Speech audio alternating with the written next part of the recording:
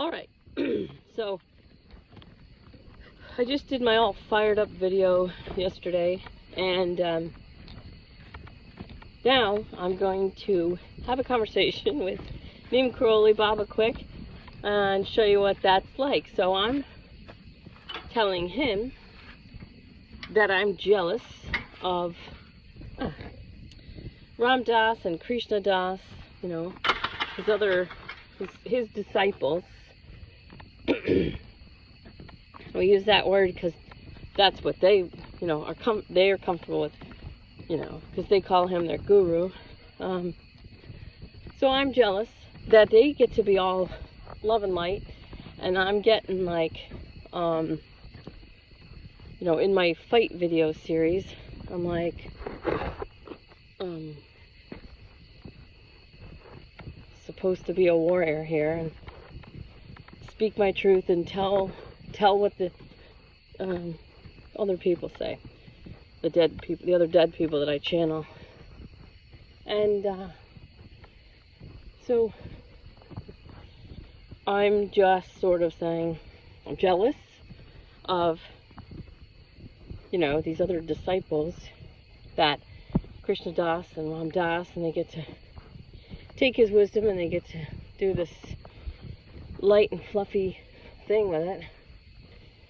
And I made a video giving a bunch of information, talking about it. Talked about Agenda 21, talked about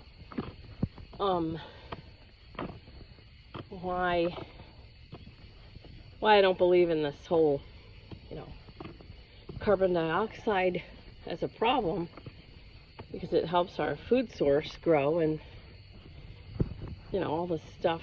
I do think pollution is an issue, and I do think that we are wasting our resources. Absolutely. So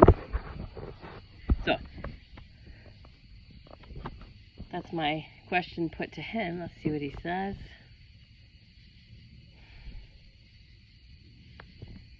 So, you know, there's already a Ram Dass, there's already a Krishna Das, and now there's you.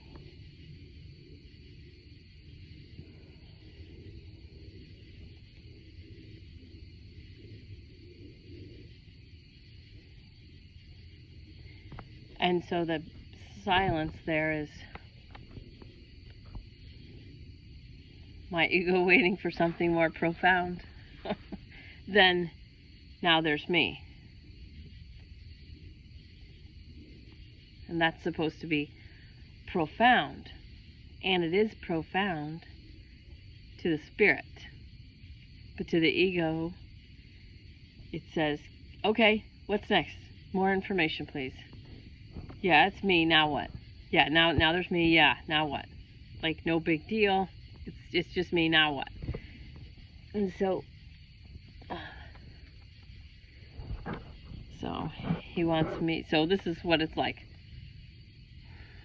He wants me to sink into the information that there was Krishna Das, there was Ram Dass, and now there's you. And to really understand that, and to really drop into that. Now there's me. Like, I am here. It's my time now.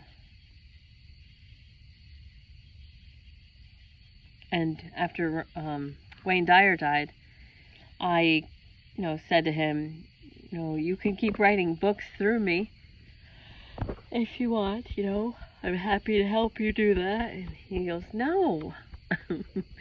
I wrote my books. I lived my life. Now it's your turn. You write your books. You know, I want to rest now. You write your books. So it's the same kind of revisiting of, now it's your turn. Sort of like make your mark on the world kind of thing. Not in like a, you know, I'm not gonna, you know, not gonna be famous. I know, like, I'm not working at that anyway, because my kids are my priority. But I do prioritize some of you guys that really get me. Like, you just...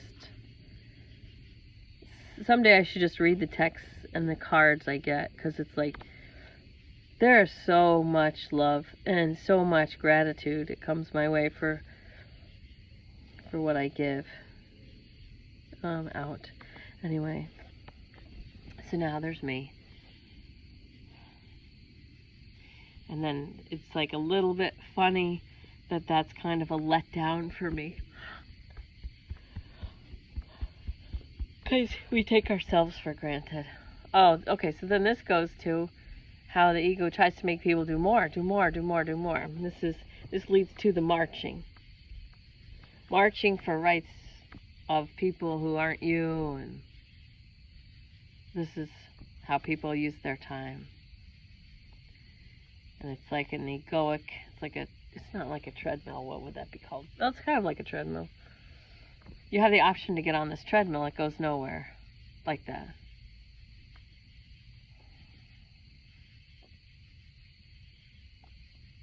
Yeah. Okay, so then he shows me sitting, meditating, sitting, with my eyes closed, just being powerful. What feels good to me, raising my own vibration, which raises the collective, being a powerful force in the world.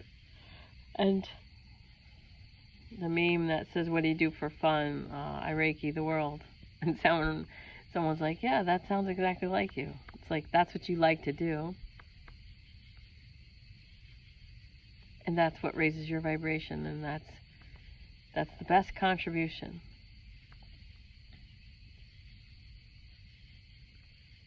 And so my ego's having a little bit of a fit with the whole, this is nothing, this is not good information, this can't be it, this can't be enough. There must be something else I'm missing. There's something I'm missing. I'm supposed to be doing something.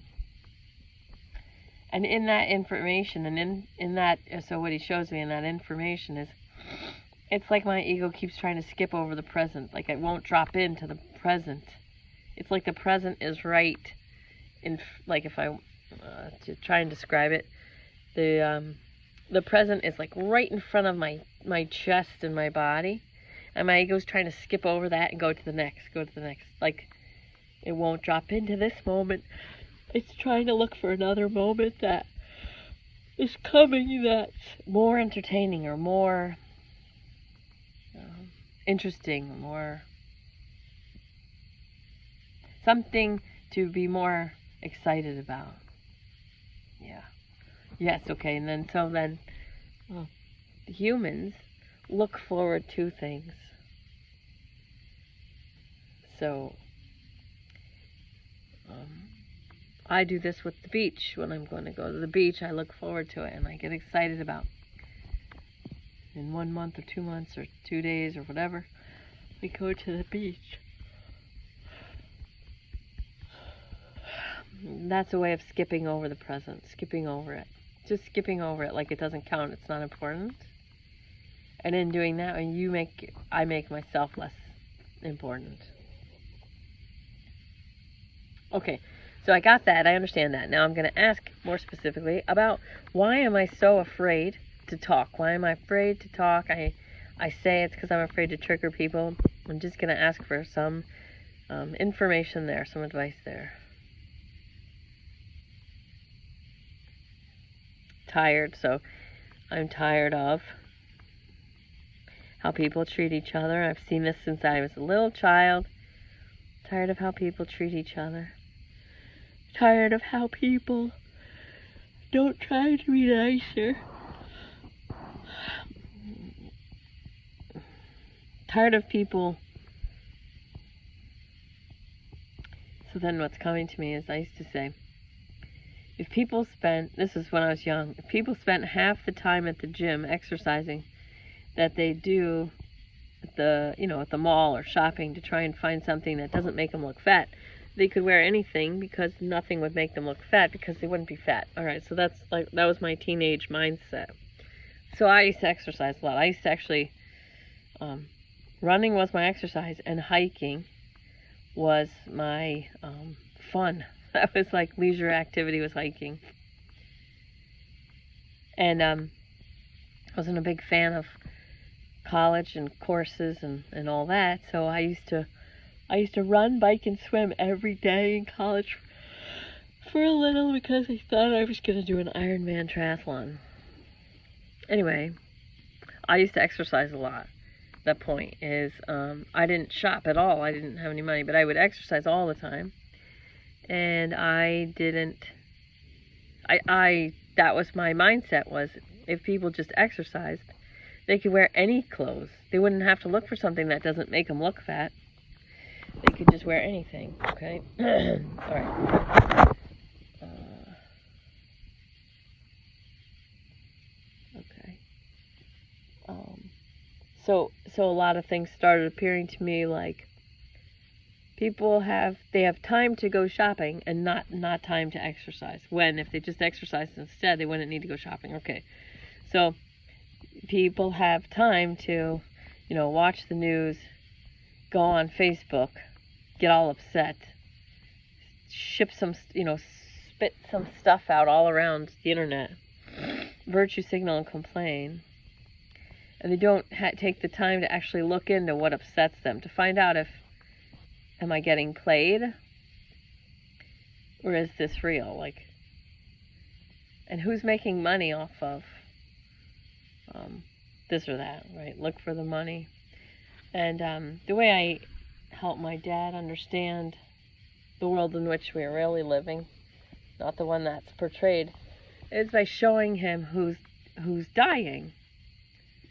Showing him the deaths that are not reported. The deaths that are not reported, for me, showed more information, and then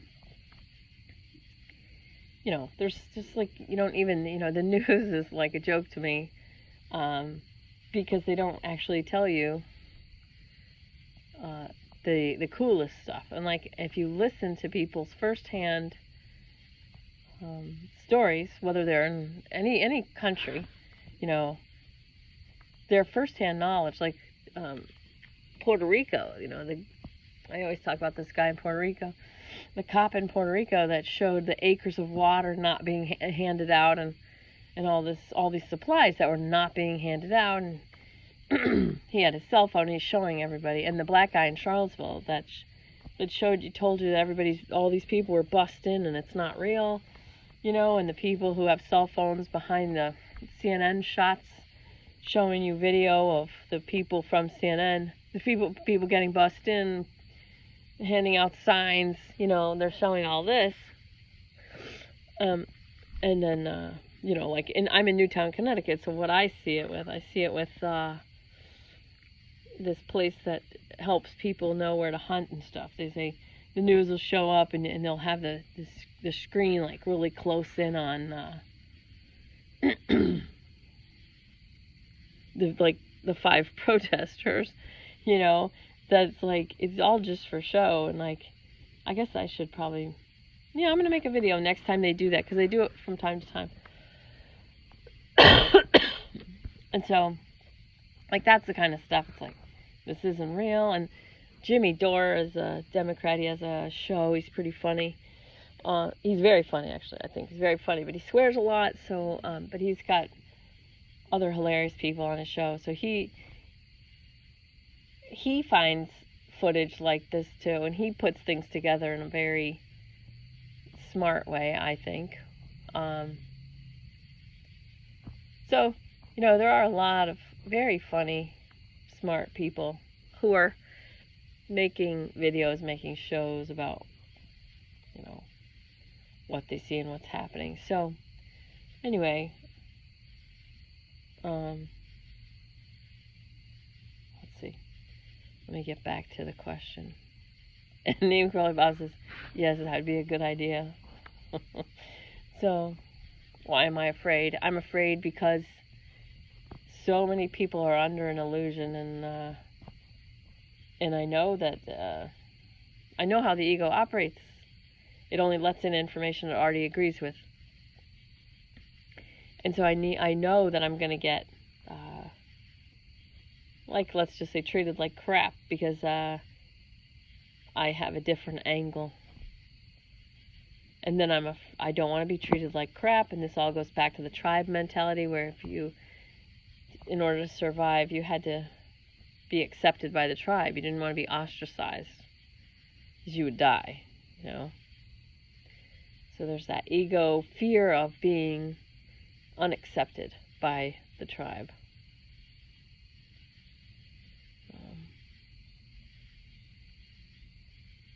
And now someone's showing me looking at what are called conspiracy theorists. So people who are called conspiracy theorists, and I'm looking at them lovingly. I'm witnessing what they have to say. So I'm loving them. So be skeptical, but learn to listen. So it's that. I'm practicing the fifth agreement. That's what he's showing me. This is normal. This is what I do. So I can see myself witnessing conspiracy theorists. And then I'm reminded of Dave Chappelle saying, don't call anyone crazy. That's the meanest thing you can do. It's very dismissive and all that. And so he's showing me, and I'm looking at these conspiracy theorists with all this love, being skeptical, but learning to listen, not feeling sorry for them, just witnessing, and I see pain. I see them in pain. They really 100% believe in what they have found. And they're trying, not doing, but they're trying to relay information. They're trying to show, and they feel like that Greek goddess who had the spell put on her where she always told the truth but no one would ever believe her, like that oracle at Delphi, I think, something like that. Cassandra. I think it was Cassandra was her name in Greek mythology, yeah. I think. Yeah, they say yes. So, always told the truth, but no one ever believed her, something like this. And so I'm witnessing these conspiracy theorists. And as I witness them, my stomach is getting scared, nervous, agitated. And I have these thoughts in the back of my head. I don't want to be like them. Like, I want to say persecuted, although I don't see them getting persecuted in this vision. But in my body, I feel afraid for them to be persecuted. Yep. And I'm scared. I'm scared not so much for them, because they really feel like they've accepted their fate. If they're I've had many lifetimes. And even though these people who I'm looking at, they're conspiracy theorists, but they were other things in other lifetimes, where they're so sure of what they're saying and they're trying to get anyone to believe them, and they're accepting of their fate. So if they get killed or put to death for what they're saying, they have accepted this. But I'm afraid for me, because I don't want to see them be killed. I don't want to see it. I don't want to see people getting harmed. Even if it's just verbal. Wow. Like, I'm afraid that I can't handle other people getting hurt, even emotionally.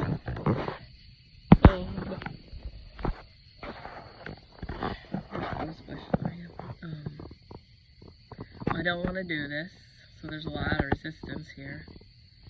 A lot of resistance to speaking. Well, sharing what I see and feel. Even though I respect other people sharing their opinions,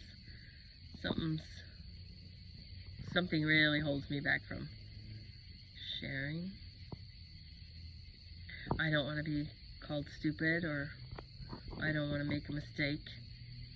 I don't want to be found to be wrong. I don't want to be human. Someone said, you just don't want to be human. Oh, I don't want to be human. It's actually not a joke. That's why that's why I'm not really super grounded. That's why I like to meditate and float around and play with psychic energy. Not play in a irresponsible way. That's why, okay, not everything needs to be shared, but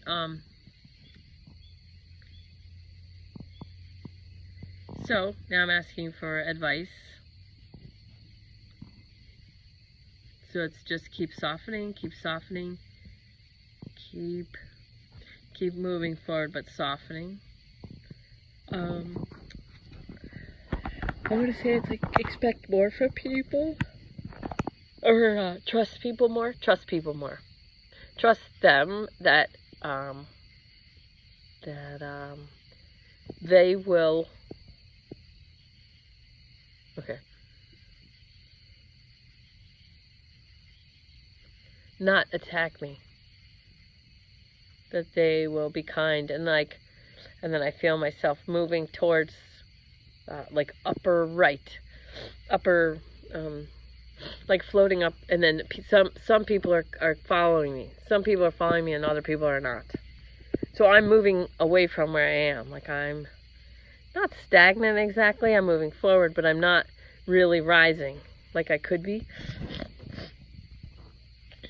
And the people who are rising with me to the up, up and to the right, are feeling relaxed. They're feeling calm. They're feeling peaceful. They're feeling, like finally someone's telling us things that make us not scared. Someone's telling us stuff that, there's some young women that are like, someone's telling us stuff we want to hear. Okay. Well, I think that has to do with all this stuff about raising kids. When I say, like, when you have a baby, as your baby's life's going, your life's going too. And I've seen a lot of women just go back to work, and they're not really making much, and they're paying daycare, and then they're paying taxes. And if you listen to the, Agenda 21, quote-unquote conspiracy theorists, it's like breaking up the family because one of the parents staying home to raise the children, they can't make any tax money off those people. In fact, those people are dependents. So, like, it doesn't have to be the mother. I have a guy friend from high school, and his wife was a teacher, and she had great benefits and everything. So he just, he had a lawn business, and he would work his lawn business on the weekends while she was off from teaching. And then he stayed home, though. So he raised the kids, and then after they were in school, he did more and more lawn. He took on more and more jobs until the kids were old enough, and he went full bore into the lawn business. But the wife supported them both while he stayed home to raise the kids. So the government, I guess, doesn't make any money off of his labor when he stays home to raise the kids. Same with me. I stay home to raise my kids because as a pilot, I would be gone all the time, and I have to pay a nanny. And then my kids have my personality. So, of course, they're hilarious. But I really like them. I don't just love them. But whoever raises them is going to, put their personality in there. So that's one thing I tell people, like, my friends, that are pregnant, like, don't feel bad. Because there's this thing about women thinking, I got to get a job, I got to get a job. It's like, well, how much are you really going to make? Unless you already have a good job. I mean, I did have a friend who was an editor of a magazine. It would have been crazy for her to give that job up. But I do know people that ran to be a receptionist, and all their pay, really, they had to buy clothes for the office, and they had to, pay for gas, and they stressed about the weather on snowy days or icy days, whatever. And I'm hanging out in my pajamas, drinking tea in the sandbox with my son, and, reading to him books that I want to read. I don't know. There's so many ways to live your life, but your life's going at the same time as your child. So there are young women that want to hear me say that stuff. So I feel like they're relieved about hearing that. Okay. There's a little release there. Some sadness. Oh, so I'm sad about, the way I see people I've seen certain parents mean to their children in a way that they think is funny. They're trying to be funny for other parents, and it's just mean. And then it exhausts me. So I can feel my whole body's like exhausted watching people be mean. Okay, so then that's me in reaction. That's my ego getting a foothold to say, just give up. I mean, everybody's just like screwed, you know. They're never gonna, they don't understand. Look, they're not even, you know, how are you gonna either teach or tell them to stop or get them to stop, whatever. And then I hear, that's not your job. It's not your job to stop them. It is your job to be the warrior and give the information. And it's my ego that says, you're going to get persecuted. You're going to get, you know, condemned and abandoned for your thoughts and your ideas. And, you know, people are going to hate this and they're going to accuse you. So I'm going to stop right there, but you get the idea. Oh my God, lots of resistance. And now I'm thinking of being at the ocean, and I'm just letting it all go. I'm just letting it all go into the ocean. The ocean's healing me, and I'm receiving that healing. That it doesn't matter, and that the ocean's going to be here after I'm dead. And stars. Big world, and I'm very small. Why not do what you can do? Oh, let people see what I can do, and then other people who don't know that they can do this can think, I wonder if I could do this or do that, or maybe I want her to teach me how to do that, or I want to do that, or whatever. Okay, like that. And then I feel some fear about teaching, some fear about speaking, and then just letting that all go to the ocean. So this is how my conversations go. It's easier when you're not talking, it goes faster. But this is what I do in a meditation. And me speaking, it's like the ocean going, you know, the tide going one way. And then the answer's coming back, it's like the tide naturally coming the other way. So I'm asking, and the answer comes, and, you know, but it's very natural, and it goes at the rate that it needs to go. But hopefully this helps. All right, love you.